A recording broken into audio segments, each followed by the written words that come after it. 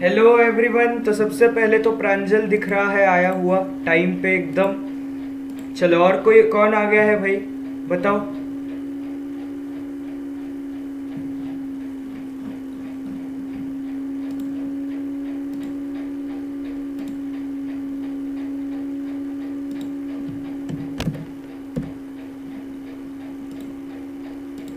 और कौन आ गया है बताओ भाई। चलो, प्रांजल आ गया है, और कौन।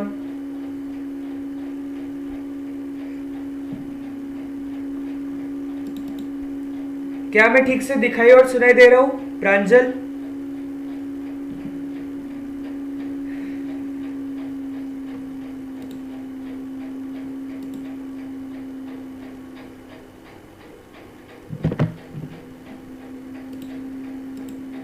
M I perfectly audible and visible?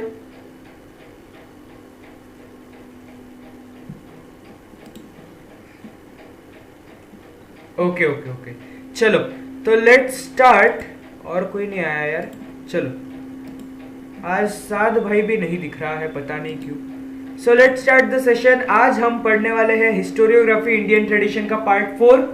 This is the last live session of this month. इसके बाद सीधे 8 सितंबर को होगा नेक्स्ट लाइव सेशन, और नेक्स्ट जो प्रीमियर है वो भी 8 सितंबर को होगा। उसके पहले अच्छे से पढ़ाई करनी है, ठीक है। और सारी चीज़ें मैंने समझा दी है ऑलरेडी। तो फर्स्ट यूनिट टेस्ट के लिए ऑल द बेस्ट एंड पढ़ाई करना अच्छे से। Okay, so this is class 10 history का चैप्टर 2 एंड इसका आज हमारा लास्ट पार्ट है, पार्ट 4। मैंने अभी तक डिस्क्रिप्शन में लिंक नहीं डाली है पीडीएफ की, लेकिन थोड़ी देर में डाल दूंगा, ठीक है। So let's start with subaltern history. तो कल हमने देखो कहाँ तक कंप्लीट किया है। कल हमने नेशनलिस्टिक हिस्टोरियोग्राफी पढ़ा, ठीक है। और नेशनलिस्टिक हिस्टोरियोग्राफी के बाद हमने historiography in the post independence era शुरू कर दिया था। और उसके अंदर जो सेकंड टाइप है वो है सबऑल्टर्न हिस्ट्री। देखिए, सबऑल्टर्न का मतलब होता है इंफीरियर इन रैंक और स्टेटस। इंफीरियर मतलब निचला, ठीक है। तो रैंक में या स्टेटस में सोसाइटी में वो निचला है, उसे हम सबऑल्टर्न कहते हैं, ठीक है। तो ये आपको कुछ एक अंदाजा मिल गया होगा कि किसके बारे में है। The seeds of subaltern history are found in the Marxist historiography। देखिए, क्लियरली हमें पता चलता है। देखिए, मार्क्सिस्ट हिस्टोरियोग्राफी में क्या था, ठीक है। उसके अंदर था कि क्लास स्ट्रगल कैसे था। जो हायर क्लासेस है वो हायर क्लासेस लोअर क्लासेस को एक्सप्लॉइट करती है, ये हमने उसमें पढ़ा था। तो इस जो सबऑल्टर्न हिस्ट्री का एक्चुअल बैकग्राउंड है वो मार्क्सिस्ट हिस्टोरियोग्राफी से ही शुरू हुआ ना, कि वहीं पे हमें देखने को मिला था कि वहां पे क्या था, क्लास स्ट्रगल के बारे में था। और यहाँ पे क्या है, यहाँ पे लोअर क्लासेस के बारे में ज्यादा बताया गया है, ठीक है। The role of the Italian historian Antonio Gramsci is very important in developing the idea that history should be written starting from the bottom most ranks of people in the society. तो Antonio Gramsci, यहाँ पे इनका आप photo देख सकते हैं। इन्होंने क्या कहा था कि हिस्ट्री को एकदम जो सोसाइटी के निचले रैंक्स के जो लोग होते हैं, जो एकदम निचले जो क्या कहते हैं, जो सेक्शंस ऑफ सोसाइटी है, उनके बारे में सबसे पहले हिस्ट्री लिखी जानी चाहिए। ये किसने बोला था? Italian historian Antonio Gramsci. In fact subaltern means the bottom most ranks, ठीक है। समझ में आ रहा है? एक सेकेंड, और कोई आ गया है क्या, देख लेते हैं एक बार।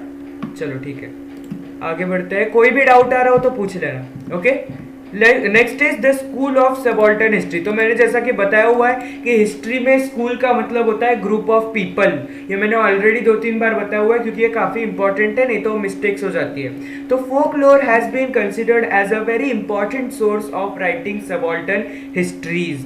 तो फोकलोर का मतलब क्या है? फोक मतलब हमारे जो पूर्वज थे उनके बारे में कुछ कहानियां, या फिर उनका जो कल्चर है उसके बारे में जो स्टोरीज है, ठीक है। और लोर मतलब गुणगान करना, उनका प्रेज करना, ठीक है। तो फोक लोर हैज बीन कंसिडर, हमारे जो पूर्वज है, पूर्वजों को कितना हम ये प्रेज करते हैं। जैसे फॉर एग्जांपल शिवाजी महाराज का एग्जांपल ले लीजिए, तो उनके बहुत ज्यादा गुणगान गाए जाते हैं। हमारी बहुत सारी बुक्स में हमें शिवाजी महाराज के बारे में अच्छी चीजें लिखी हुई दिखती है, ठीक है। तो हमें सबऑल्टर्न हिस्ट्री लिखने के लिए ये काफी इंपॉर्टेंट होता है। अब आप कहोगे कि भाई शिवाजी महाराज की हिस्ट्री से सबऑल्टर्न हिस्ट्री कैसे लिखेंगे? तो उनके बारे में ही नहीं, तो उनके पूरे के पूरे काल के बारे में लिखा होगा ना, कि उनके पीरियड में कौन कौन रहता था, कैसे कैसे था पूरा सोसाइटी, उसके बारे में भी लिखा जाएगा। तो उससे हमें सबाल्टर्न हिस्ट्री लिखने का एक इंपॉर्टेंट सोर्स मिलता है। Ranjit Guha, an Indian historian, played a major role in establishing subaltern history as an important academic school of historiography.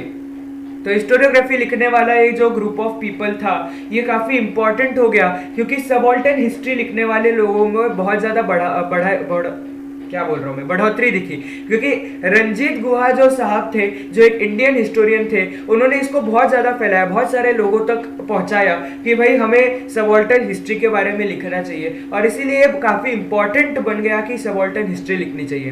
However we may point out that much before the onset of subaltern ideology similar thoughts were expressed by Mahatma Jyotirao Phule and doctor Baba Saheb Ambedkar. मतलब ये जो हम अभी बात कर रहे हैं, ये है पोस्ट इंडिपेंडेंस के बाद वाले एरा का है, लेकिन उसके पहले भी काफी सारे लोग थे जिन्होंने सबाल्टर्न आइडियोलॉजी मतलब विचार, मान्यता, उसके बारे में बताया था। जैसे कि महात्मा फुले के बारे में आपको बताया, ठीक है। महात्मा फुले ने अपनी वाइफ सावित्रीबाई फुले को इतना ज़्यादा एनकरेज किया था कि वो जो लोअर सेक्शंस ऑफ सोसाइटी और गर्ल्स हैं उनके लिए स्कूल खोले, ठीक है। और इवन वो खुद भी ऐसे कुछ काम करते थे कि जो लोअर क्लासेस हैं उनको बढ़ावा मिले, ठीक है। ये सारी चीज़ों में हमें पहले से देखने को मिलता है, सिमिलर सबाल्टर्न आइडियोलॉजी हमें देखने को मिलती है। इवन बाबा साहेब अम्बेडकर के बारे में आपने सुना होगा कि दलितों के बारे में उन्होंने अपनी बुक्स में बहुत लिखा है, ठीक है। अब महात्मा ज्योतिराव फुले जी के बारे में देख लेते हैं। So Mahatma Phule unfolded the history of Shudratishudra communities in his book Gulamgiri. तो देखिए, शूद्र का मतलब होता है लोअर कास्ट, अति शूद्र मतलब बहुत ज्यादा लोअर कास्ट, ठीक है। तो लोअर कास्ट और उनसे भी ज्यादा लोअर कास्ट, उनकी जो कम्युनिटीज थी, जैसे दलित हो गए फॉर एग्जांपल, तो उनके बारे में उन्होंने कौन सी बुक में लिखा है? गुलामगिरी। गुलामगिरी का मतलब होता है स्लेवरी, जिसे हम इंग्लिश में कहते हैं। तो इसीलिए उनके बारे में उन्होंने लिखा था इस बुक के अंदर। He drew attention to the exploitation of women, Shudras and Atishudras done under the name of religion. तो धर्म के नाम पर औरतों को, शूद्र को, अतिशूद्र को निचले दर्जे का माना जाता था, और ये बिल्कुल ही गलत था। इसीलिए उन्होंने इसके खिलाफ आवाज उठाई थी, ठीक है। अब शूद्र अतिशूद्र का मीनिंग है, the term Shudra and Atishudra indicates the bottom most ranks in the caste system. तो ये आप देख सकते हैं कास्ट सिस्टम का, मैंने यहाँ पे आपको एक डायग्राम दिखाया है कि सबसे हाईयर कास्ट ब्राह्मण को मानते थे, फिर क्षत्रिय आते थे, फिर वैश्य आते थे, और शूद्र मतलब बॉटम मोस्ट कास्ट होते थे। इसके अंदर कौन से रहते थे? फॉर एग्जाम्पल धोबी जो रहता है ना, कपड़े धोने वाले वगैरह, ये सारे काम जो है वो शूद्र लोगों को करने होते थे, लेकिन एक्चुअली में ऐसा नहीं होना चाहिए, ऐसा कहा जाता था। नाउ दलित कास्ट के बारे में अगर पूछें तो the role of the people belonging to Dalit caste is very significant in the shaping of various cultural and political aspects of India. However their role was not duly acknowledged in the colonial and nationalistic historiography. अच्छा, caste system में अगर आप देखें तो शूद्र के भी नीचे आते हैं दलित लोग, ठीक है। तो दलित लोगों के बारे में एक्चुअली जो कल्चर है, फॉर एग्जांपल इंडियन कल्चर, उसको संभाले रखने में दलित लोगों का बहुत बड़ा हाथ था। लेकिन अगर हम कॉलोनियल हिस्टोरियोग्राफी को पढ़े या नेशनलिस्टिक हिस्टोरियोग्राफी को पढ़े तो हमें देखने को मिलता है कि इनका तो जिक्र ही नहीं है। इवन नेशनलिस्टिक हिस्टोरियोग्राफी जो कि हमारे देश के बारे में बताती है, देश के लिए उन्होंने इतना ज्यादा काम किया है, उसके अंदर भी दलित के बारे में नहीं लिखा गया। तो इसीलिए सब सबाल्टर्न हिस्ट्री में इनके बारे में लिखा गया। Now doctor Baba Saheb Ambedkar focusing on this fact consistently wrote about it. अगर आपको पता होगा कि डॉक्टर बाबा साहेब अम्बेडकर वो खुद भी एक लोअर कास्ट के व्यक्ति थे। अगर आप इनकी सीरियल, ये देखिए मैंने यहाँ पे देखकर भी रखा है, इनकी एक इवन सीरियल भी आती है, ठीक है, एंड टीवी चैनल पे, जिसका नाम है एक महानायक डॉक्टर BR अम्बेडकर। उसके अंदर आपको पूरी उनकी लाइफ स्टोरी भी पता चल सकती है। तो उसके अंदर आपको पूरा दिखेगा कि वो बचपन में उनका लोअर कास्ट था, उसकी वजह से उनको बहुत ज्यादा डिस्क्रिमिनेशन फेस करना पड़ा था। उनको पता था वो फीलिंग क्या होती है, और इसीलिए वो एक एजुकेटेड इंसान बनने के बाद उन्होंने बहुत ज्यादा इसके बारे में बुक्स लिखे, आर्टिकल्स लिखे, बहुत सारी चीजें लिखी। Two of his books who were the Shudras and the untouchables, untouchables मतलब Dalit, may be cited as examples of history of subaltern type. तो सबाल्टर्न हिस्ट्री के दो एग्जांपल आपको, दो बुक्स दी गई है, who were the Shudras and the untouchables. ये दोनों डॉक्टर बाबा साहेब अम्बेडकर ने लिखे और इसको सबाल्टर्न हिस्ट्री के टाइप माने जाते हैं, ठीक है। नाउ इतना समझ में आ गया? बड़ा ही आसान था ये पार्ट, तो आई होप सब कुछ समझ में आया होगा। Is it clear? हाँ, यस।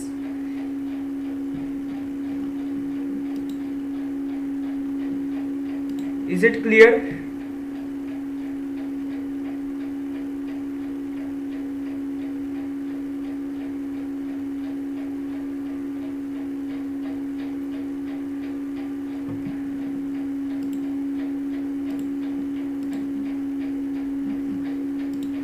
आ गया समझ में?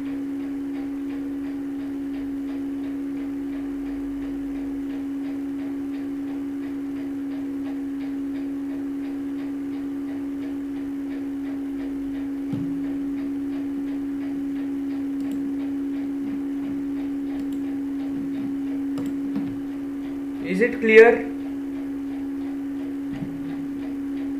चलो आगे बढ़ते हैं। Next is feminist historiography. तो नाम से पता चलता है फीमेल्स के बारे में है ये, ठीक है, औरतों के बारे में है। नाउ बैकग्राउंड देख लीजिए इसका कि ये इसकी शुरुआत कैसे हुई। Over a significant period of time mainly male scholars were involved in the writing of Indian history. तो अभी तक हमने जो 3 सेशन देखे, इन तीनों सेशन में आपको दिखा होगा कि मैक्सिमम लोगों के बारे में जिनके बारे में बोला गया है, दोज आर मेल स्कॉलर्स, ठीक है, आदमियों के बारे में कहा गया है। As a result the role and achievements of women in history remain neglected. तो जैसा कि आपको पता है, अगर आपने डेवलपमेंट इन द वेस्ट पढ़ा है फर्स्ट वाला चैप्टर, तो उसके अंदर भी यही चीज है कि फेमिनिस्ट हिस्टोरियोग्राफी को भी बाद में बढ़ावा दिया गया कि फीमेल्स के बारे में काफी उनका रोल जो है वो निग्लेक्ट किया गया था, उसके बारे में ज्यादा नहीं लिखा गया था हिस्ट्री में। एंड उसका रिजल्ट था to highlight this fact was a major task faced by the feminist historians. Also, it was important to study and compile the historical writings of women. It was also necessary to rethink of women's position in history. ठीक है, तो औरतों की जो position है history में उसको बढ़ाना काफी इंपॉर्टेंट था और इसीलिए फेमिनिस्ट हिस्टोरियोग्राफी की शुरुआत हुई। Among women authors writing about women in the 19th century CE, 19th century CE मतलब 1800 से लेकर 1899 ये ईयर्स को हम कहते हैं 19th सेंचुरी, ठीक है। तो इस काल में देखिए Tarabai Shinde was the foremost one.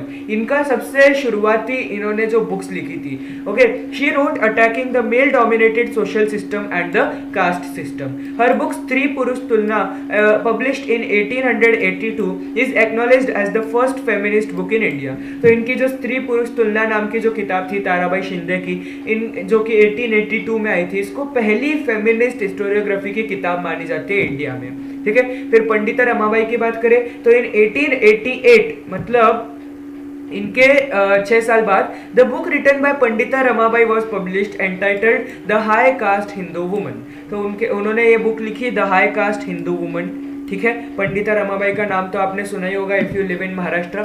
Now the main idea of feminist history ये क्या था? The feminist literature of the post independence era concentrated on issues like employment of women, treatment meted out to them at their work place, their right to political equality etcetera.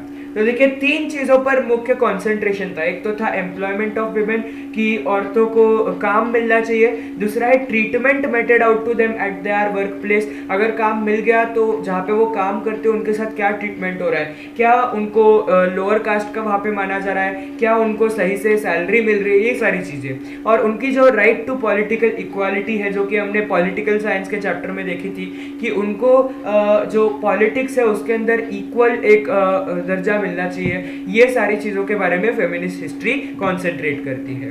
अब female authors की बात करें तो among the recently published feminist literature Meera Kosambi's book crossing thresholds feminist essays in social history is of importance. तो यहाँ पे आप देख सकते हैं मीरा कोसम्बी काफी रिसेंट ऑथर है, ये 2015 में इनका निधन हो गया था। तो इन्होंने जो बुक लिखी थी जिसका नाम था crossing thresholds feminist essays in social history, ये बुक काफी इंपॉर्टेंट थी और इसके अंदर it contains essays of the life stories of women like Pandita Ramabai and doctor Rukhmabai the first practising lady doctor of India. तो इसके अंदर किनके ऐसे है, ऐसे मतलब किनके निबंध लिखे हुए हैं, तो पंडिता रमाबाई के निबंध है और इसी के साथ साथ डॉक्टर रुखमाबाई जो कि इंडिया की पहली लेडी डॉक्टर मानी जाती है, उनके एसेज इस बुक में लिखे गए हैं, ठीक है। फिर डॉक्टर शर्मिला रेगे की हम बात करते हैं। अच्छा, ये समझ में आ रहा है ना? अभी तक कितना पोर्शन हो गया? और and are you completing your books? हाँ, नोटबुक्स तो मेरी कंप्लीट हो गई है, जितना पढ़ाया है स्कूल में उतनी दो, और पोर्शन भी उतना ही कंप्लीट हुआ है जितना स्कूल में हुआ है, ठीक है, नॉट आफ्टर दैट, ठीक है, यस। चलो कंटिन्यू करते हैं। Doctor Sharmila Rege, who was doctor Sharmila Rege? A lot of literature is available unfolding the viewpoint of Dalit women in Maharashtra. Dr. Sharmila Rege's work is noteworthy in this context. तो जो महाराष्ट्र की दलित महिलाएं थी, इनके बारे में बहुत सारा लिटरेचर लिखा गया, लिटरेचर मतलब बहुत सारी किताबें लिखी गई, और इसमें डॉक्टर शर्मिला रेगे ने जो काम किया वो काफ़ी नोटवर्दी है। Her book writing caste, writing gender, reading Dalit women's testimonies includes her essays on the autobiographies of Dalit women. तो जो दलित महिलाएं थी महाराष्ट्र की, उन्होंने जो अपनी खुद की लाइफ के बारे में लिखा था, उनके बारे में इस बुक के अंदर लिखा गया था। Writing caste, writing gender, narrating the Dalit women's testimonies, ठीक है। और ये आप देख सकते हैं कि काफ़ी रिसेंट ये ऑथर है, आज भी वे जिंदा है, और ये जो फेमिनिस्ट हिस्ट्री है ये कि बहुत पुरानी नहीं है, ये लास्ट 50 सालों में ही डेवलप हुई है, ठीक है। इसके आगे और बढ़ते हैं तो डू यू नो में आपको दिया हुआ है, पब्लिकेशन ऑफ मराठी रियासत by Govind Sakharam Sardesai was a momentous achievement in the field of Indian historiography. तो मराठी रियासत नाम की एक किताब लिखी थी किन्होंने? गोविंद सखाराम सरदेसाई ने, और ये काफ़ी इंडियन हिस्टोरियोग्राफी के काफ़ी मुख्य किताब है। His work became so famous that people began to address him as रियासतकार। तो इन्होंने मराठी रियासत ये नाम की किताब लिखी थी इसलिए, और ये इतनी ज़्यादा फेमस हो गई कि लोग उन्हें रियासतकार नाम से ही पहचानने लगे। He published several volumes of Maratha history. तो मराठा हिस्ट्री के बारे में उन्होंने काफ़ी सारी चीज़ें लिखी थी, ठीक है। उसके आगे और बढ़ते हैं। अच्छा, अगर आइडियोलॉजी नहीं है, मतलब अभी हमने पढ़ा कि तुम्हारे पास एक सबऑल्टर्न आइडियोलॉजी होगी, तुम्हारे पास एक मार्क्सिस्ट आइडियोलॉजी होगी, तुम्हारे पास एक फेमिनिस्ट आइडियोलॉजी होगी, तुम्हारे पास कॉलोनियल होगी, तुम्हारे पास नेशनलिस्टिक हिस्टोरियोग्राफी की आइडियोलॉजी होगी, लेकिन अगर तुम्हारे दिमाग में एक स्पेसिफिक आइडियोलॉजी ही नहीं है तो फिर क्या होगा? So there have been a number of Indian historians who wrote about embracing a particular, who wrote without embracing a particular ideology. तो बहुत सारे लोग थे, उनके एक स्पेसिफिक आइडियोलॉजी नहीं थी, वो अपने हिसाब से लिखते थे उनको जो लिखना था। Like sir Jadunath Sarkar, Surendra Nath Sen, Riyasatkar GS Sardesai and Trimbak Shankar Shejwalkar are noteworthy. तो अभी अभी हमने गोविंद सखाराम सरदेसाई के बारे में सुना। तो इन्होंने क्या था, इनकी कोई आइडियोलॉजी नहीं थी, ये अपने ओपन माइंडेडली लिखते थे कोई भी हिस्ट्री का टाइप, ठीक है। समझ में आ गई बात? अब in the recent times historians like Yashwant Dinkar Phadke, Ramachandra Guha etcetera have contributed extensively to the historiography of modern India. तो मॉडर्न इंडिया अभी अभी जो पिछले रिसेंट टाइम्स में ही इन्होंने अपनी किताबें छापी है, ठीक है, इसके बारे में यहाँ पे था। So thus it is evident that Indian historiography has been influenced greatly by the social and political movements. It seems that some part of the Indian historiography was also developed outside the influence of these movements. तो maximum हमें देखने को मिलता है कि India में जो politics थी, पहले ब्रिटिशर्स थे, ब्रिटिशर्स के बाद इंडिपेंडेंस मूवमेंट था, उसके बाद इंडिपेंडेंस मिली, इसके हिसाब से भी हमें हिस्टोरियोग्राफी देखने को मिलती है। उसी के साथ जो सोशल मूवमेंट थे, जैसे कि जो लोअर कास्ट थे, उनके बारे में भी कई सारी चीजें देखने को मिलती है इंडियन हिस्टोरियोग्राफी में। और इसी के साथ हमारा चैप्टर खत्म होता है। कोई भी डाउट्स हो अभी का अभी पूछ लो, कमेंट्स में पूछ लो, लाइव चैट में पूछ लो फटाफट। Is it clear? Is it clear?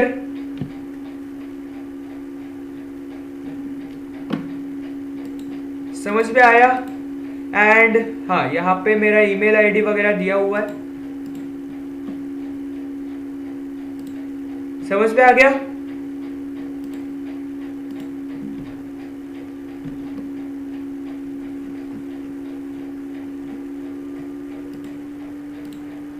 Okay okay okay.